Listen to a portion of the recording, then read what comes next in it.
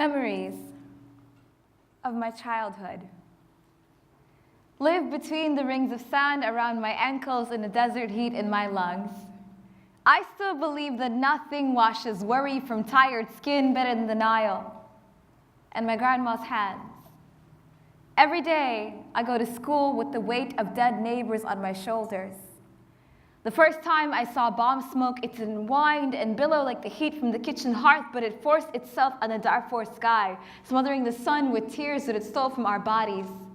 The worst thing about genocide isn't the hunger, the murder, the politics, it's the silence. For 3 months, they closed the schools down because people like us are an eyesore. So the first month, we took it. The second, we waited. And the third month, we met underneath the date palm trees, drinking up every second our teachers gave us, turning fruit pits into fractions. On the last day, they came with the message, put them in their place. We didn't stand a chance because flesh was never meant to dance with silver bullets, so we prayed for the sun to come and melt daggers from our backs. I hid underneath the bed that day with 4 other people. 12 years later, and I can't help but wonder where my cousins hid when the soldiers torched the houses, threw the bodies in the wells, so if the weapons didn't get you, the poison would, and sometimes they didn't want to use bullets because it would cost them more than we did. What does it matter? I've seen 16 ways to stop a heart when you build nations on someone's bones.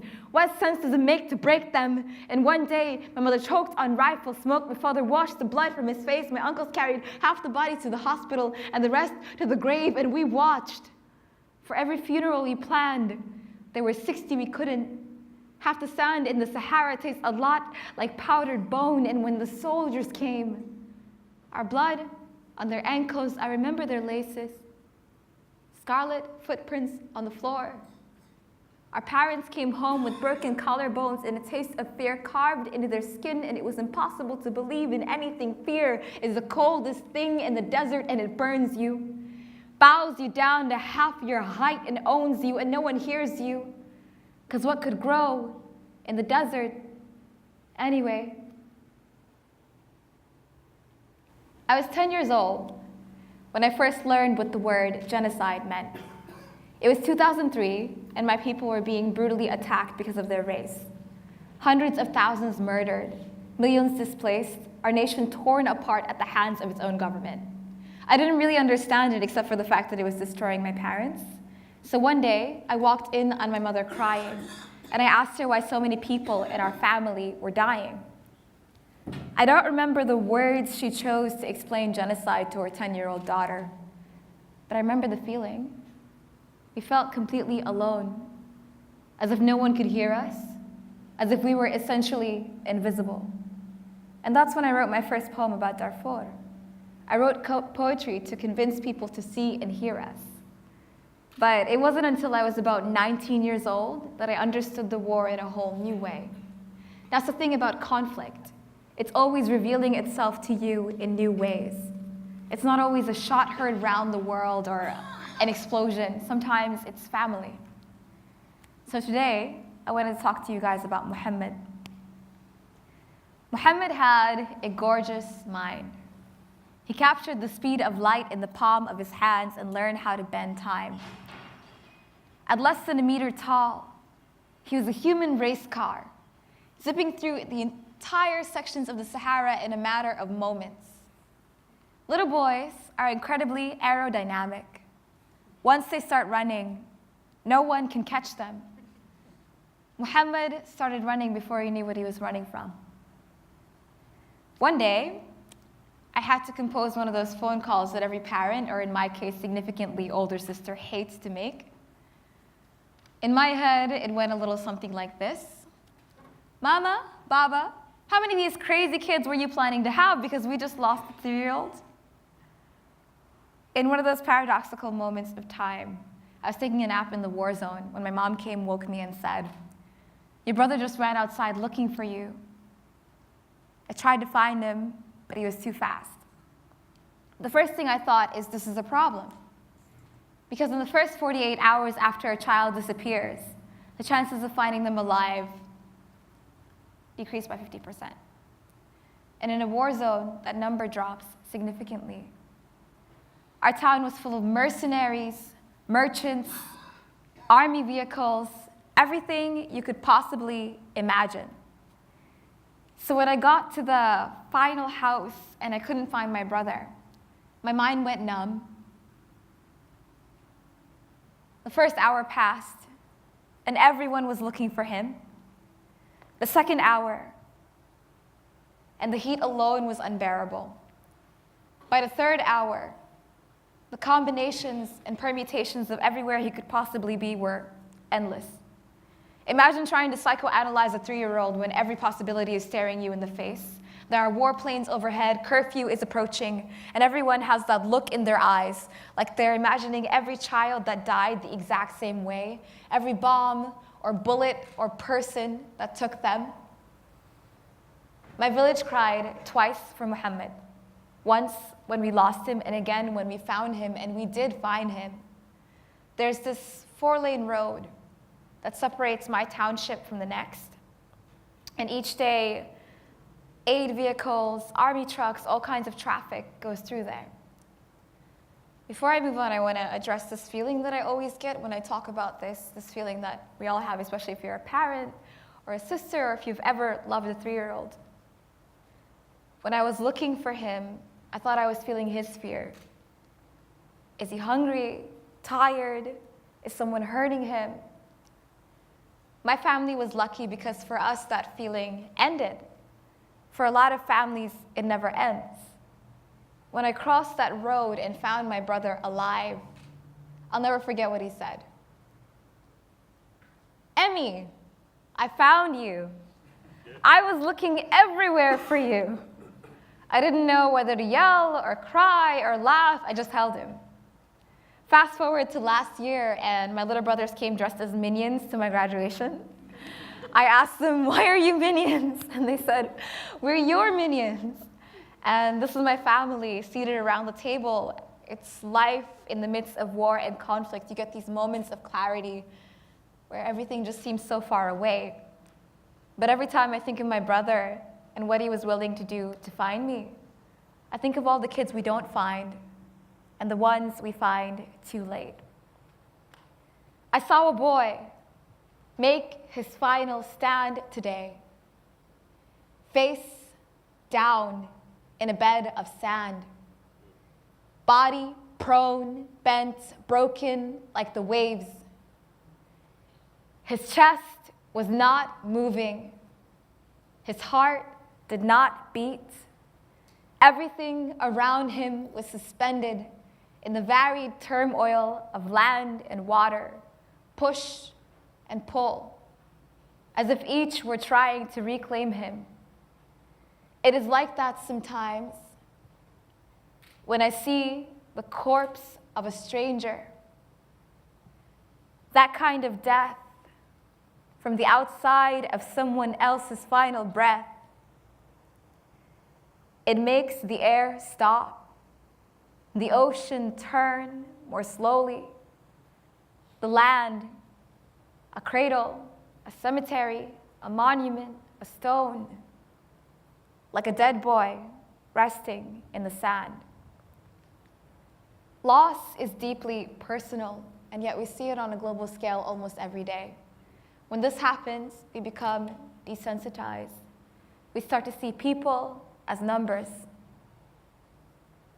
Putting people back in front of the numbers is an incredibly difficult but necessary process. And that's what this next poem is about. It's called Head Over Heels. They hand me the microphone.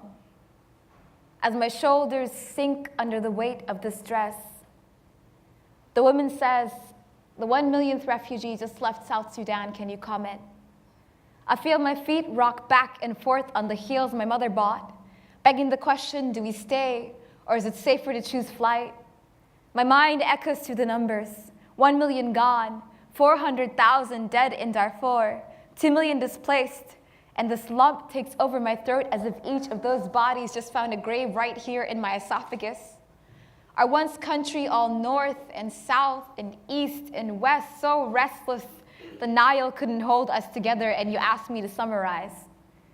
They talk about the numbers as if this isn't still happening, as if 500,000 didn't just die in Syria, As if 5,000 aren't still making their final stand at the bottom of the Mediterranean, as if there aren't entire volumes full of fact sheets about our genocides, and now they want me to write one. Fact. We never talked over breakfast because the warplanes would swallow our voices. Fact.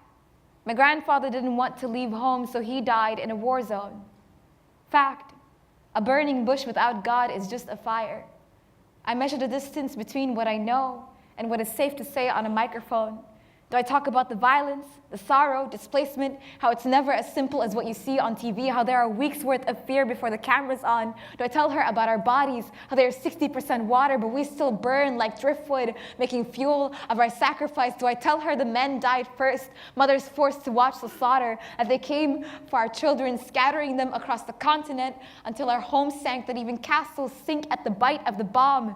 Do I mention the elderly, our heroes, too weak to run, too expensive to shoot, how they would march them, hands raised, rifles at their backs into the fire, how their walking sticks kept the flames alive? It sounds too harsh for a bundle of wires and an audience to swallow, too relentless, like the valley that filled with the putrid smoke of our deaths. Is it better in verse? Can a stanza become a burial shroud? Will it sting less if I say it softly? If you don't see me cry, will you listen better? Will the pain leave when the microphone does? Why does every word feel like I'm saying my last? 30 seconds for the sound bite. Now 3 minutes for the poem. My tongue goes dry, the same way we died, becoming ash without ever having been coal. I feel my left leg go numb, and I realize that I locked my knees, bracing for impact. I never wear shoes I can't run in.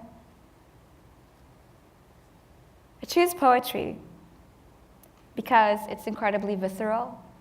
When someone is standing in front of you, mind, body, and soul, saying, "Witness me," it's impossible not to become keenly aware of your own humanity, and that's always been the most important part for me, the part that made the difference, the compassion that comes to fruition in times of crisis. I think that when somebody speaks to you politically, you're compelled to respond politically. If someone speaks to you academically, you're compelled to respond academically. If someone speaks to you with hate, you respond with hate. But if someone speaks to you as a human being, you're compelled to respond with your humanity. If there's anything I want to leave you with, is to be more like Muhammad. Go out there with that crazy, I'm going to run out into the desert even though I'm like 2 feet tall, determination. And he went out there with no promise of success or promise of tomorrow, with this one thought, I'm going to help my sister. And he did. He found me. And there are hundreds of thousands of people who do that every day, reach the halfway point where we can just reach back, and for some reason we tend to turn them away now. I think that we can be the buffer between ourselves and our fellow man in times like these. So I want you to just reach out. And this is my final poem. Is everyone okay? Are you alive? Shake it off. Poetry. Anyway, this next poem is called For Muhannad, Taha, and Adam. And I want you to remember those names because it's dedicated to 2 family members of mine and their friend who were gunned down in Indiana last year in February. About a month, less than a month after I sat with the president. Not this president, Obama. Oh, we miss you. Please come back.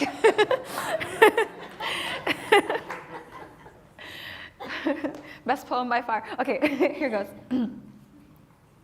I walk into the morgue. The mortician presents my country splayed across a table, asks me to identify the body. I do not recognize it. Its emaciated form dimmed by a death I did not prepare for. I did not expect losing my culture to feel like this.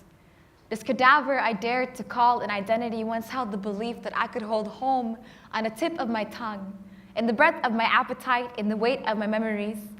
I only recognize my country in photographs, in tour books, in sepia, not in living color, not in this state of surrender.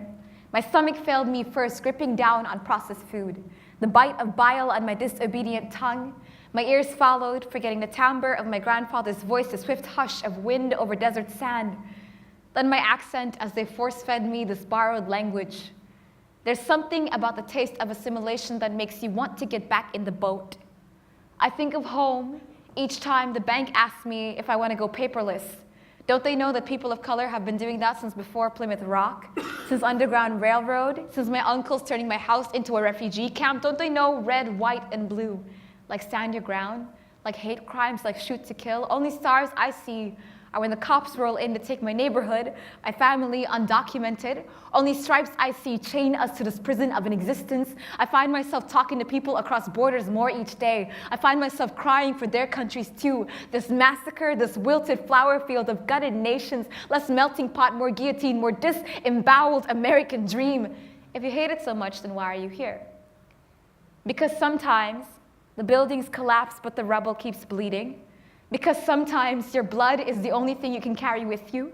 Because sometimes the water is more inviting than where you stand. And that's how you end up with little kids washed up on foreign soil. And I'm not just talking about the ones that make it. Do you know what it's like to escape genocide only to be gunned down in your own home? Don't they know that they're just finishing the work that our dictators started? Ever since they handed me the death certificate. No, the certificate of naturalization, I've been seeing ghosts, mostly in the mirror, at the dinner table, at the family picnic. We were naive enough to believe that we could hold home in here without anyone having to leave. I met the president, sat with him at a table too small to hold all the things that brought us there. His hands resting. Where are your chains? They told me your hands were tied. When they sent those kids back, when they wouldn't take the refugees, when they closed down the borders but not Guantanamo, Mr. President, why do they call it the land of the free when even the dead can't leave? Mr. President, what does one caged bird say to another? I couldn't hear him over the sound of the corpse lying between us. He looked at me as if he thought I were afraid. Doesn't he know that back home the women take care of the bodies? Thank you.